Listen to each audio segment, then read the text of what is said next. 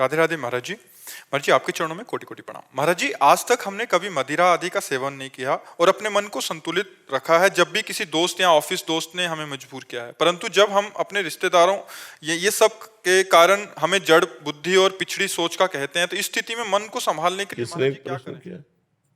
नहीं, आप गलत आचरण न करें तो आपको जड़ बुद्धि का कहा जाएगा क्या? तो मुझे लगता है उल्टा है। जड़ बुद्धि वो लोग हैं जो ऐसा करते हैं, विवेकवान वो हैं जो नहीं करते हैं। आखिरकार कहीं ना कहीं सत्य का आदर तो होता ही बच्चा। भले कोई प्रमादवश तुम्हें गलत कह दे, लेकिन उनके भी हृदय में आदर होता है। अगर सत्य जड़ बुद्धि होता है तो हमारे पास एकांतिक में प्रश्न उत्तर करने कोई आए ही ना, जड़ बुद्धि से क्या बात करें। तो इसलिए हमें लगता है कि कोई हमें मूर्ख कहे या जड़ बुद्धि कहे या पुरानी रीति का कहे। देखो, कुछ लोगों का भाव ये होता है कि अगर हम अंडा नहीं खाएंगे, मांस नहीं खाएंगे तो स्वस्थ नहीं रहेंगे। अगर हम प्रसन्न हैं, सात्विक आहार है और सुंदर विचार है तो हमारा तन भी स्वस्थ रहेगा और मन भी स्वस्थ रहेगा। आप अच्छा दूर से देख के बताओ, क्या हम आपको लगते हैं किडनी फेलियर है? आप विचार करके देखो। क्यों? क्योंकि हम हर समय प्रसन्न रहते हैं। हम एक मिनट भी कभी किडनी फेलियर बन के नहीं बैठते। अब 1 बजे रात्रि से हमारी दिनचर्या चल रही, या क्या किडनी फेलियर की चल रही? हर समय हमारा दिमाग भगवान की तरफ। क्या आप नहीं लगा सकते? आप भी वैसे लगाइए। दुखों से लड़ना पड़ेगा, दुखों को जीतना पड़ेगा। ये संसार दुखालयम है, संघर्ष करना पड़ेगा। संघर्ष हमारा जीवन है, तो हम ऐसे आनंदमय बने। ये हम इसलिए उदाहरण दे देते हैं अहंकार पुष्टता के लिए नहीं, कि जिनको लगता है मंडा खा करके, मांस खा करके बलवान बनेंगे। ब्रह्मचर्य, पवित्र आहार, तो संकल्प बल और शरीर बल दोनों बल पुष्ट होता है। किसी ने कहा कि महाराज जी, यही प्रश्न किया था एकांती में, कि आप और आपके चेले बड़े हष्टपुष्ट है, तो संयम, अगर संयम है, नियम है, तो देखो बीमार होते हुए भी पवित्रता और संयम के कारण हमको खुद महसूस होता कि मैं बलवान हूं। मुझे ये महसूस नहीं होता कि किडनी फेलियर ऐसे, नहीं, हमें खुद महसूस होता है मुझे बल है। और अगर अभी संयम बिगड़ जाए और भगवान का भरोसा छूट जाए तो डिप्रेशन में पहुंच जाओ, इतना कष्ट रहता है। तो हम ये कह रहे हैं कि अगर हमको कोई मूर्ख कहे, जड़ कहे, और हम सही ढंग से चल रहे, तो हमें हिलना नहीं चाहिए, हमें अपने मार्ग से हटना नहीं चाहिए, हमें बलवान होना चाहिए। और बहुत सुंदर जीवन जाएगा यदि आप ऐसे चलोगे। शराब पीने वाला, मांस खाने वाला, व्यभिचार करने वाला आज भले स्वस्थ दिखाई दे रहा है, लेकिन कल दुर्गति को प्राप्त होगा। आप आज भले दुखी हो, लेकिन कल आप सदगति को प्राप्त होंगे, कल आप अच्छा जीवन व्यतीत करेंगे। इसलिए हमको अच्छे आचरणों में दृढ़ रहना चाहिए। सामने वाला निंदा करे तो भी, अगर सामने वाला निंदा कर रहा हो मैं गलत हूं तो सुधार करना चाहिए, बुरा नहीं मानना चाहिए। सामने वाला निंदा कर रहा हो मैं गलत नहीं हूं, तब तो मुस्कुराना चाहिए, फिर शोक नहीं करना चाहिए कि वो कहे जड़ बुद्धि, तो अपने को विद्वान दिखाने के लिए हम शराब पी लें, हम मांस खा लें। ऐसे गंदे आचरण नहीं करना चाहिए। काफी बच्चे तो महाराज जी इसी उसमें आ जाते हैं, दबाव में आके भी गलत आचरण करने लगते हैं। गलत है, गलत है। वो बच्चे कम बुद्धि वाले हैं।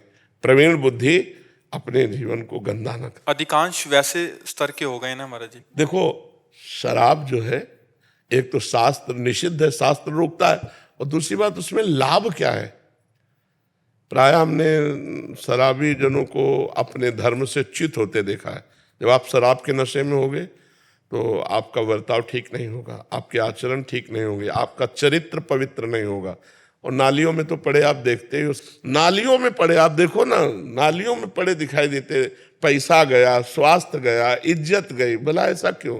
जब हमारे शास्त्र रोकते हैं तो शराब नहीं पीना चाहिए, और जब तक ब्याह ना हो तब तक ब्रह्मचर्य से रहो। ब्याह हो जाए तो एक पत्नी व्रत धारण करो। ये जो चला है ना गर्लफ्रेंड बॉयफ्रेंड, ये बहुत नरक है, बहुत अपवित्र जीवन, पूरी गृहस्थी को चौपट कर देने वाला जीवन है। मान लो जो बच्चा 2-4 बच्चों से संबंध रखते हैं, वो कभी ब्याह करके एक में टिक पाएंगे क्या? उनकी गंदी आदत बनी रहेगी, उनका जीवन व्यर्थ हो जाएगा, गृहस्थी संबंध टूट जाएंगे। इसीलिए नए नए ब्याह होते हैं, डिवोर्स हो जाता है। ये कोई जीवन है? अरे जीवन है कि चलो अब लो नसानी अब ना नशे हो, 1-2 बार गलती हो गई, अब पति प्राप्त हो गया तो अब बहुत धर्म से रहे, या पत्नी प्राप्त हो गई तो धर्म से रहे। लेकिन आजकल शराब पीना और नया नया व्यभिचार करना और जैसे बने वैसे धन कमाना, यही उद्देश्य रह गया है। गृहस्थी के लिए ब्रह्मचर्य क्या नियम होना चाहिए महाराज?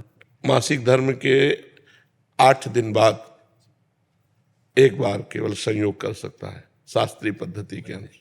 महीने में एक बार एक शिष्य ने अपने गुरुजी से पूछा कि हमारा ब्याह हुआ तो कैसे चलें? तो उनका वर्ष में एक बार।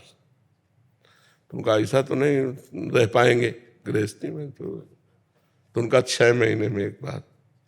उनका ये भी नहीं रह पाएंगे। तब फिर ये शास्त्रीय पद्धति बताई, महीने में एक बार। शास्त्रीय पद्धति है महीने में एक बार। अब सोचो आजकल नए नए बच्चे कितने आके बता गए कि 5 बार हस्तमैथुन, 8 बार हस्तमैथुन, ये जिंदा रह रहे हैं, यही बड़ी बात है। एक मन द्रवित पदार्थ सहित, एक मन कहते 40 किलो को, 40 किलो अन्न और पानी और दूध सब कुछ मिलाकर जब पचता है तब एक बार संतान उत्पन्न करने की योग्यता का वीर बनता है। और जो लोग ऐसे नष्ट करते हैं उनकी जीवनी क्या होगी। इसलिए वो ब्रह्मचारी ही माना जाएगा गृहस्थ जो एक पत्नी व्रत है, वो महीने में एक बार संयोग करता है संतान उत्पत्ति के लिए। शास्त्राज्ञा जो है, शेष समय ब्रह्मचारी। संतान उत्पत्ति का उद्देश्य नहीं है, फिर नहीं करना। फिर व्यभिचार के लिए आदेश नहीं है, नहीं शास्त्रीय आदेश नहीं है, बका उसको पाप लगेगा नहीं जी। अगर वो महीने में एक बार संयोग करता है तो पाप नहीं लगेगा, पाप का अधिकारी नहीं है। लेकिन शास्त्र आदेश नहीं है, शास्त्र आदेश केवल संतानोत्पत्ति के लिए है। शेष समय ब्रह्मचर्य रहकर भगवत आराधन करते हुए अपने कर्तव्य का पालन करना।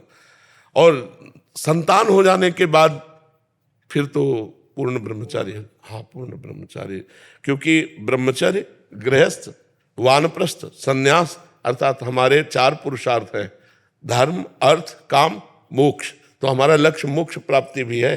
वो इंद्रियों का विलास जब बंद होगा तभी तो हम मुक्त अवस्था की तरफ जा पाएंगे। तो हमको ये चाहिए कि 40 तक हिसाब किताब बराबर कर ले गृहस्थी का, इसके बाद भगवान की प्राप्ति का पूरा कमर कस के लग जाना चाहिए। गृहस्थी में भी रहे तो फिर बात बन जाती है। अब तो 30-40 में तो ब्याह लोग करना शुरू कर दिए, 30 में तो ब्याह करना। और हमें लगता है कि 30 तक तो 10-12 वर्ष का लड़का बच्चा हो जाता था।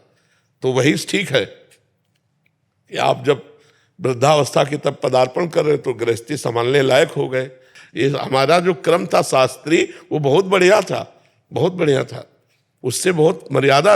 अब जैसे लड़के और लड़कियां नई अवस्था को प्राप्त हुई, उनका ब्याह हो गया तो उनको मिल गया जीवन साथी, तो इसलिए भटकना, व्यभिचार करना ये हो नहीं पाया जीवन में। और वो आजीवन अपने पति को भगवान मानकर निर्वाह किए या अपनी पत्नी को प्राण मानकर निर्वाह किए। अब क्या हो रहा है, ये जो बॉयफ्रेंड ब्रेकअप, ये है क्या?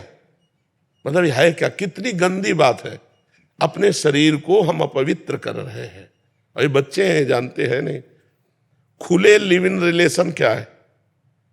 खुले में देखो, लिव इन रिलेशन क्या है?